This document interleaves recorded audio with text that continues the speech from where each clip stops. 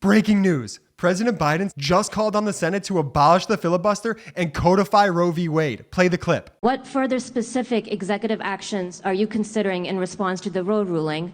And would you declare a public health emergency, as several Democrats are calling on you to do? I'll be happy to go in detail with you on that.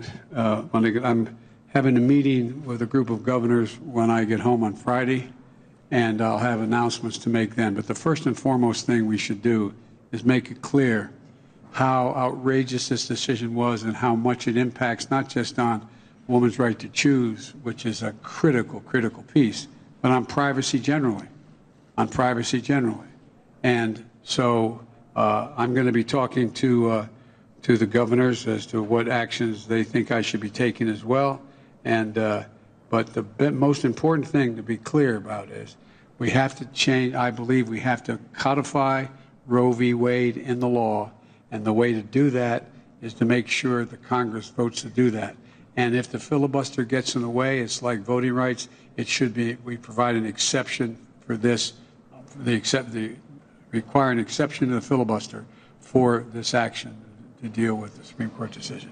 Now this is the president the country needs right now, standing up to the fascist GOP and the radical right extremist ultra MAGA GOP. Hey, one other thing. The plan that President Biden called for, demanding a narrow exception to the filibuster, is exactly the plan that we called for on the MeidasTouch podcast earlier this week. Play the clip. Let me just give you one other thought right now, though, about I think what we can do. What's an action item even right now? A step that we can take right now. I know that Manchin and Sinema have said that they don't agree with abolishing the filibuster generally, but everybody recall the filibuster is abolished when it comes to nominating Supreme Court justices and voting on Supreme Court justices. There is no filibuster for that. So it's not like the filibuster exists for all purposes. That was called like the nuclear option. The nuclear option was, off the table. Each party blamed each other for invoking the nuclear option. But nonetheless, there is no filibuster when it comes to nominating Supreme Court justices. So my question is the following. Manchin and Sinema and even Collins, you all are saying that you were defrauded by these Supreme Court justices who told you that they were not going to overturn Roe v. Wade. Susan Collins, Justice Gorsuch looked you in the eye, according to the notes from you and your staffers, which were leaked to the New York Times.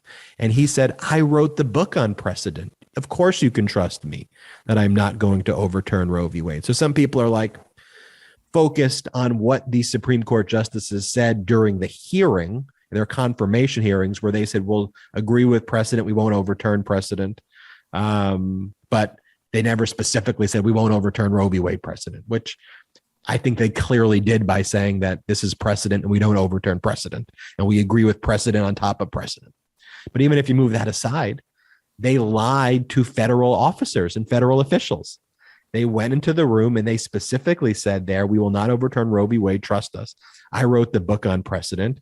Kavanaugh said, you can trust me not to overturn Roe v. Wade because I'm not the kind of person who will rock the ship in a situation like this. I would never do that. That's in her notes. So what should you do? Well, if for the narrow purpose of voting on Supreme Court justices, there's no filibuster, well, here's my rule.